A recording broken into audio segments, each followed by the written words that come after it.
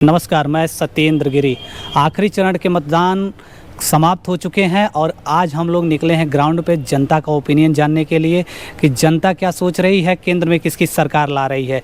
इन्हीं सब सवालों के साथ हम चलते हैं जनता के पास और उनसे जानने का प्रयास करते हैं कि आखिरकार 4 जून को किन की सरकार बनेगी। हर एक चुनाव के बाद सभी रिसर्च एजेंसियां अपने सर्वे देती हैं और उसके अनुरूप जो हमारा परिणाम आने वाला है उसकी अपेक्षाएं की जाती हैं।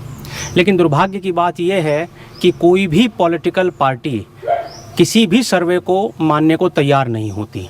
आप देख रहे होंगे, जैसे अभी आपने बताया कि 7 एजेंसियों ने अपने सर्वे दिए हैं, तो भारतीय जनता पार्टी, उनका मानना है कि हमें जो इतनी सीटें मिल रही हैं उसमें अपेक्षित नहीं दिखाई गई हैं, कम दिखाई गई हैं। और जहाँ तक हम विपक्ष की बात करें तो विपक्ष का भी ये मानना है कि जो सीटें हमें दिखाई गई हैं, कम दिखाई गई हैं, हमें उससे अधिक मिल रही हैं। तो ये बात तो एक धारणा बनी हुई है कि कोई भी राजनीतिक पार्टी इस बात को स्वीकार करने को तैयार नहीं है।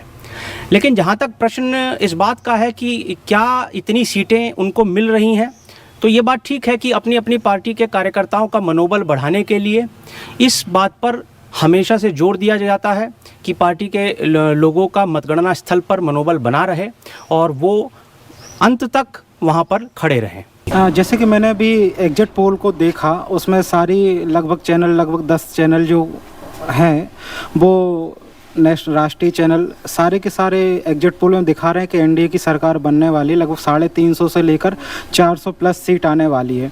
और जिसमें एक चैनल जो था मैंने देखा, उसमें बताया कि इंडिया गठबंधन की सरकार बनने वाली है। तो मुझे लगता है कि एग्जिट पोल कभी कभी गलत हो सकता है, लेकिन हमेशा गलत नहीं हो सकता।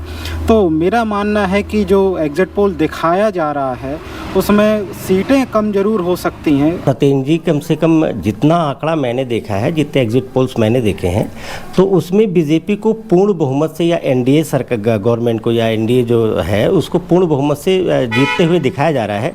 लेकिन जहाँ तक मेरा आकलन है, जहाँ तक मेरा ऑब्जर्वेशन है, ऐसे तमाम चैनल्स हैं जिन्होंने 400 प्लस या 400 के अराउंड दिखाने की बात नहीं की है। वो 310, 320 या 350-60। मुद्दा ये है कि पूर्ण बहुमत से एनडीए सरकार बना रही है या नहीं। और दूसरी बात ये रही कि 400 प्लस आना या जाना ये अभी भविष्य के गर्त में है, जो बहुत संभव मेरे ख्याल से 24 घंटे के अंदर जो कि क्लियर है, स्पष्ट हो जाएगा। ये बात हमें माननी पड़ेगी कि इतना बड़ा देश और इतनी घनत्व वाली जनसंख्या, जहाँ जिस देश में 140 करोड़ लोग बसते हों, उस देश में जब हम कोई भी रिसर्च करने जाते हैं और जो डाइवर्सिटी भी जहाँ पे इतनी अधिक है, तो वहाँ पे हम ऐसा मान सकते हैं कि सैंपल उतना नहीं लेते हैं जितना वो परिपक्वता का तकाजा रहता है। तो कितना सैंपल लिया गया है, किन लोगों से लिया गया है, उसमें कितना बैलेंसिंग किया गया है, कितनी लोगों से अनुपात में बराबर लिया गया है। माना यह जाता है कि एक अच्छी रिसर्च 10% सैंपल की मांग करती है। तो मैं ये मानता हूँ कि अगर हम 140 करोड़ पे 10% इकट्ठा करेंगे तो बहुत लंबा सैंपल होगा और उसमें कठिनाई भी अधिक होगी।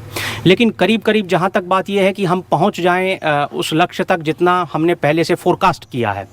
अगर हम मान रहे हैं कि हाँ, बीजेपी 350 और 450 के आसपास जा रही है, जो कमोवेश सभी सर्वे दिखा रहे हैं, तो अगर हम उसके नज़दीक भी पहुँच जा रहे हैं तो मैं मानता हूँ कि कोई रिसर्च जिसने की होगी वो सफलता की ओर है। एनडीए गठबंधन की सीटें कम जरूर हो सकती हैं, बाकी एनडीए की सरकार जरूर बनेगी।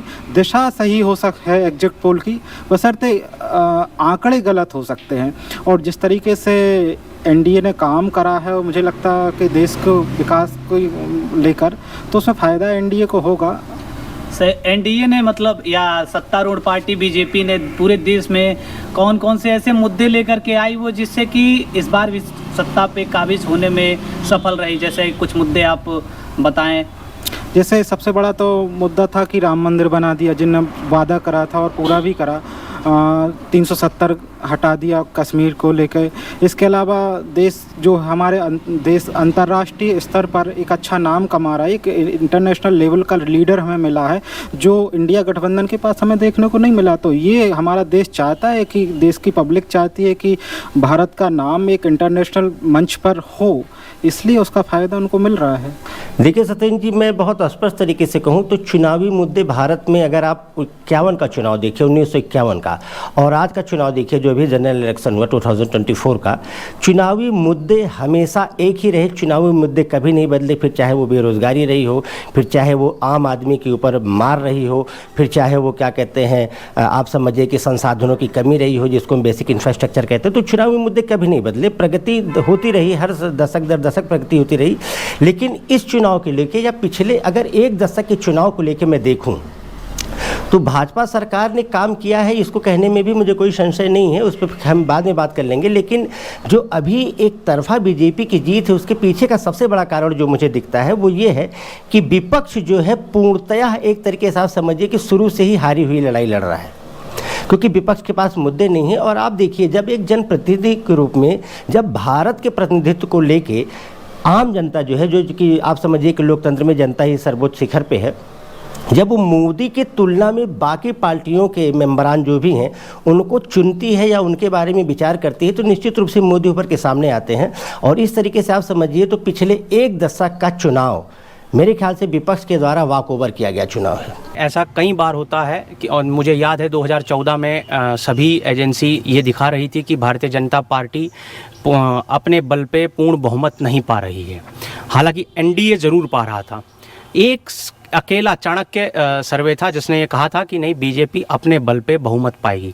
तो कई बार ऐसा होता है कि हम लोग उसके अनुकूल आंकड़े नहीं निकाल पाते। लेकिन मैं फिर भी मानता हूं कि यदि हम इस पर प्रश्न चिन्ह लगाते हैं कि किसी रिसर्च एजेंसी ने जो सर्वे दिया है उसमें आंकड़े सही नहीं हैं, वो लक्ष्य के करीब नहीं है, तो ये दोयम दर्जे की बात होगी। मैं इससे सहमत नहीं। समय के साथ चीज़ें बदल जाती हैं। पहले लोग के पास, जब कांग्रेस की 10 साल पहले गवर्नमेंट थी, लोगों के पास जीवन जीने कितने सारे इक्विपमेंट अवेलेबल नहीं थे। अब हमें उन चीज़ों को परचेस करना पड़ता है, उसमें लागत लगती है। मोबाइल फ़ोन, जहाँ पहले 2000 रुपये का लोग मोबाइल फ़ोन चलाते थे, आज हर व्यक्ति के पास ऑन एन एवरेज 15 से 20 हज़ार रुपये का मोबाइल फ़ोन होता है। अब मोबाइल फ़ोन में रिचार्ज भी आपको 200 रुपये पर डे का करना पड़ता है। पहले जहाँ एक व्यक्ति साइकिल से घूम लेते थे, आज उनको 2 व्हीलर चाहिए, और 2 व्हीलर वाले को 4 व्हीलर चलाना है, तो महंगाई तो बढ़ेगी ना। तो मैनिफेस्टो में परिवर्तन करना लाजमी है। एक सूक्ष्म अंतर है, वो अंतर ये है कि उत्तर भारत में धर्म और राजनीति का अंतर संबंध हो गया है, और उसका कारण अयोध्या का मामला हमेशा से रहा। फिर आज आप देखिए मथुरा हो गया, फिर मध्य प्रदेश में भूज को भी आप देख लिए, बनारस का भी एक मामला आप सबके सामने है ही है। तो ये बात मैं सिरे से खारिज करता हूँ कि दक्षिण भारत में धर्म नहीं है, परंपरा नहीं है। रही दूसरी बात, देखिए भाजपा अपनी शुरुआत से, जब से उसने राजनीति शुरू की, फिर जनसंघ के समय से ही मैं बात करूँगा, तो हिंदी बेल्ट में बीजेपी हमेशा से प्रभावी रही है। जब वो अपने क्या कहते हैं 80 के बाद से भाजपा परिवेश में आई है तो। और रही बात दूसरी कि दक्षिण भारत में अभी बीजेपी को अगर आप देखिए तो बीजेपी का अगर कोई द्वार है तो कर्नाटका है। कर्नाटका में उसकी सरकारें बनती रही हैं, बिगड़ती रही हैं। लोकसभा में उसने अच्छा परफॉर्मेंस किया है, क्या कहते हैं प्रादेशिक स्तर पे भी उसने अच्छा परफॉर्मेंस किया है। तो धीरे धीरे जो एक प्रभुत्व का परिवेश है या जो एक आगे बढ़ने की बात की जा रही है, उसमें अभी दक्षिण भारत में बीजेपी को बहुत कुछ करने की ज़रूरत है। हालिया परिवेश में कम से कम मैं ये नहीं मानता कि दक्षिण भारत में बीजेपी जो है उत्तर भारत की तरह क्लीन स्वीप करने जा रही है। हाँ, जैसे आप आंध्र प्रदेश का आप देख लें तो आंध्र प्रदेश में इस बार जो भी एग्जिट पोल के आंकड़े बताए जा रहे हैं उसमें ये हो रहा है कि सरकार की तुलना में जो है तेलुगु देशम पार्टी और बीजेपी का गठबंधन अच्छा करने का प्रयास कर रही है, अच्छा करेगी। दूसरा, तमिलनाडु से इस बार बीजेपी को बहुत आशा है, और अगर आप ऐतिहासिक परिप्रेक्ष्य में देखें तो 1 सीट से ज़्यादा, 2 सीट से ज़्यादा वो कभी किसी चुनाव में लेके नहीं आई है। और इस बार तमिलनाडु के जो प्रदेश अध्यक्ष है अन्नामलई जी, उन पर भी बहुत आशा है। आप आंध्र प्रदेश में आप देखिए तो हैदराबाद की सीट को लेके भी बीजेपी को बहुत सारी आशा है। तो दक्षिण भारत में कुल मिला के बीजेपी को अच्छा करने के आसार इसलिए दिख रहे हैं क्योंकि उसने कैडर के रूप में और स्थानीय स्तर के रूप में काम किया है। वाकई बड़ी चिंतनीय बात है कि वोट का परसेंटेज इस बार हर सीट पर लगभग कम हुआ है, काफ़ी घटा हुआ है। इसके लिए युवाओं को सोचना चाहिए, और युवाओं के अलावा बाकी मतदाताओं को भी सोचने का अधिकार है, पॉलिटिशियन को सोचने का अधिकार है। जब सोचना ज़रूरी है। हालांकि वोट परसेंटेज कम होने के पीछे मेरा जो खुद का मानना है कि इस बार गर्मी का सीज़न काफ़ी ज़्यादा था, गर्मी ज़्यादा हो रही है, टेम्परेचर काफ़ी बढ़ा हुआ है। इसके अलावा जिन दिनों वोटिंग हो रही थी, खासतौर से उन दिन शादियों का माहौल भी था। तो ये 2 कारण होते हैं वोट परसेंटेज। एक और कारण मुझे समझ में आता है कि इस बार एनडीए गठबंधन की सरकार बनना तय है, तो लोगों का कहीं ना कहीं से ये भी मानना है कि गवर्नमेंट तो बनने वाली है, तो ये भी एक सोचना गलत है, चाहे वो एनडीए गठबंधन को वोट देने वाले मतदाता हों या इंडिया गठबंधन को वोट देने वाले मतदाता हों। तो एक पक्ष नकारात्मकता की दृष्टि से निराश होकर वोट देने नहीं गया और दूसरा पक्ष जो है पॉजिटिविटी के चक्कर में, जीत के की संभावनाओं के चक्कर में वोट देने नहीं गया कि मेरी पार्टी की सरकार तो बनने वाली है। ये गलत बात है, वोट देने ज़रूर जाना चाहिए। आप किसकी सरकार ला रहे हैं? आप बीजेपी। बीजेपी की ही क्यों सरकार आ रही है? भाई पूरा देश चाह रहा है, पूरा देश मांग कर रहा है। अब मोदी जी का काम ऐसा है कि पूरे भारत का डंका बज रहा है, विश्व में पूरी दुनिया सलाम करती है।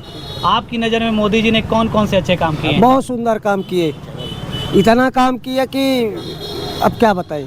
एक आध दो काम गिना दीजिए। एक आध दो काम जैसे ये आयुष्मान ले लें, गरीबों का भवन बन गया है, जो बेचारे झोपड़ी नसीब नहीं होती आज वो तो हमारा तो यही कहना है कि इस बार कांग्रेस को चांस देना चाहिए, पर अब एग्ज़िट पोल के हिसाब से तो बीजेपी आ रही है।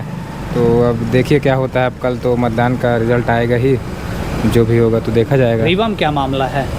रीवा में तो अपन अगर ग्रामीण क्षेत्रों में देखें तो उसमें कांग्रेस का ही लहर, मतलब कांग्रेस ही आने वाली है, ऐसा कुछ लोग बोल रहे हैं। और बाकी का अगर किसी दूसरे डिस्ट्रिक्ट में देखें तो उधर पे बीजेपी का ही है कि बीजेपी आएगी। अब रीवा में अपने यही मान के है कि इस बार कांग्रेस आना चाहिए। किन किन मुद्दों पे रीवा में इस बार मतदान हुए हैं? ये इस बार तो बहुत ज़्यादा, पिछली बार जब बीजेपी आई थी तो रीवा में कुछ खास काम हम लोग को दिखा नहीं स्टूडेंट के हिसाब से। तो हमने पब्लिक के बीच में जा कर के जाना कि आखिरकार 4 जून को किसकी सरकार बनने वाली है। ऐसी ही इन्फॉर्मेशन और जानकारी के लिए देखते रहिए हमारे चैनल को। कैमरा पर्सन मयंक के साथ मैं सत्येंद्र गिरी, विंध्य फर्स्ट।